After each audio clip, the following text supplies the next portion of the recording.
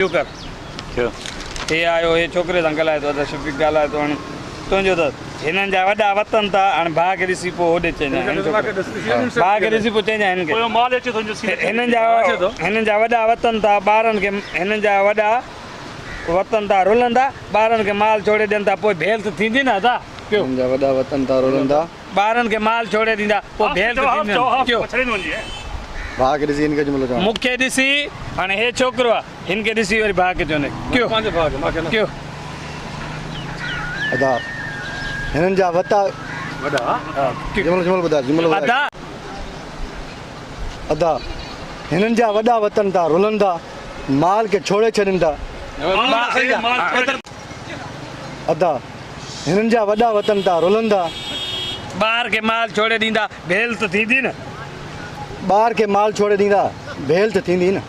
अरे हुनजो चोरा तूं अकेलो आयो आहे न मां अकेलो कोन आयो हाणे हिनजो तुंहिंजो आहे जेकॾहिं हे जाबिर हो अची वियो हो होॾां होॾे सुतो पियो होॾे लुकिरी वियो आहे शफ़क़त अची बीठो आहे हाणे हुन पाण में ॻाल्हाईंदा जेकॾहिं चईं तो परे न पऊं त पोइ हिते अची निंड न कंदो कर हा जेकॾहिं चईं थो न परे न पऊं त पोइ हिते अची निंड न कंदो कर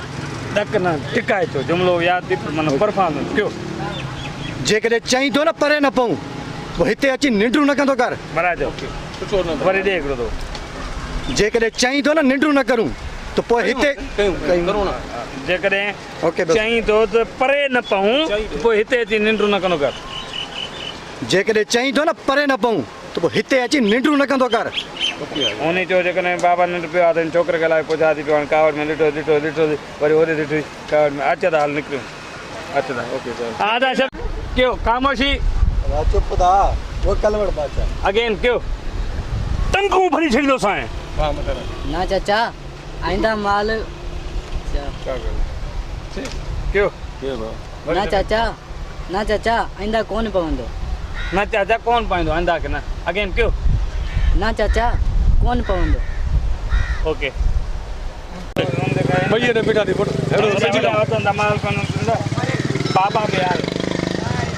बाबा भी आहे किथे आहे वण हेठां सुतल आहे पोइ चढ़ के वण हेठां सुतल आहे वरी वण हेठां सुतल आहे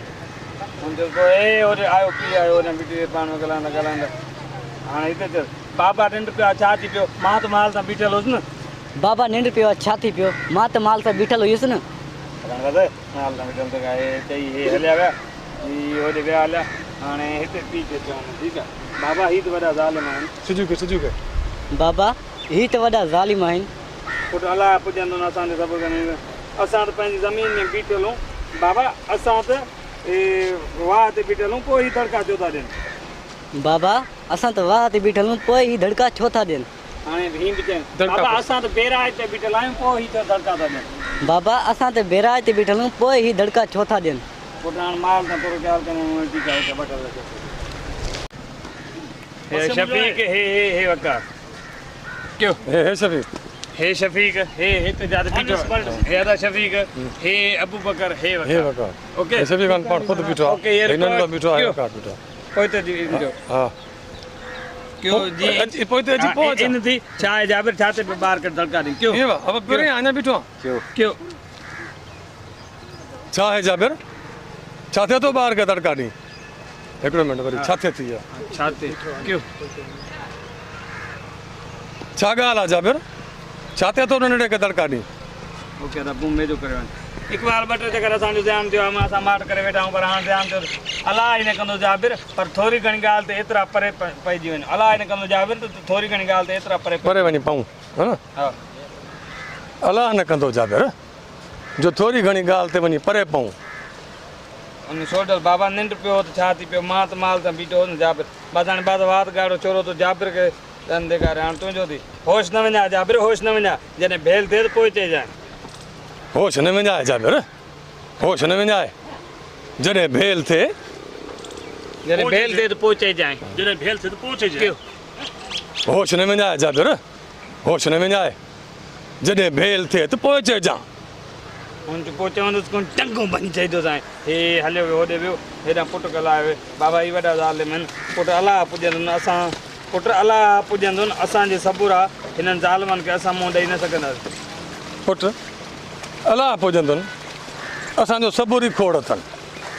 असां त हिननि ज़ालमनि सां मुंहुं नथा ॾेई सघूं छोटल भाउ असां पहिरां पोइ दड़का चो था पुट हाणे माल तां थोरो ख्यालु कयो माल जो थोरो ख्यालु कजांइ जीअं भेल न थिए हिननि खे बहानो घुरिजे बाबा ख़ामोशी कयो